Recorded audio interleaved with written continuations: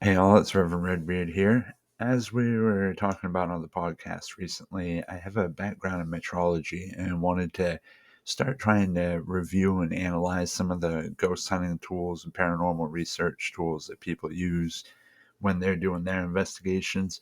And in particular, I was interested in some of the app ones that I see a lot of people trying on their YouTube videos and things like that when they're doing investigations at different places. So I reached out online and you guys gave me some feedback on some of the apps that you've used, as well as a few that I could check out on the store myself that you hadn't used. So today I'm going to start out by looking at ghost hunting tools. That's an app that I found was one of the top listed as far as a free one. It's so far only had a few features that actually seem to have worked, and I'm kind of unsure about what certain features are supposed to do because a big criticism I have is the UI on it is awful. Um, it does have a pretty good menu that tells you a lot of the features, but it doesn't go in depth enough to make you understand how to use them.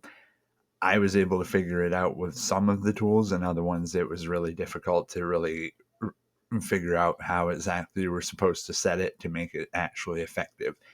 And sometimes some of the parts of it just seem to do their own thing. The main one that did work really well for me was the EMF detector. That actually had really good responsiveness. It's got a decent sensitivity and it allows you to calibrate it so that you're not picking up residual stuff, which I found to be pretty handy.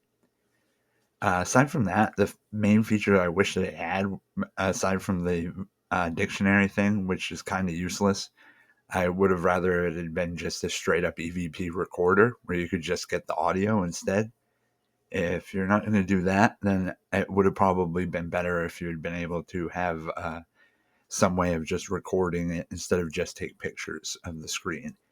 So those are the two main things that I didn't really agree with it. Aside from that, the app was all right, but I'm going to give it an overall probably a 2 out of 5 on star ratings from this trial. If they update it, I'll come back and try it again. But from what I tested, there's only really one or two features and it's missing a lot of stuff. So if you're on a budget, there's probably better ones you can find. And it's not too bad, but honestly, it's going to be too hard to learn to make it really worth it. So, anyways, we're going to do more of these in the future. Let me know if you have any in particular you want me to check out, and we'll be back with you soon. Thanks for listening. Stay tuned.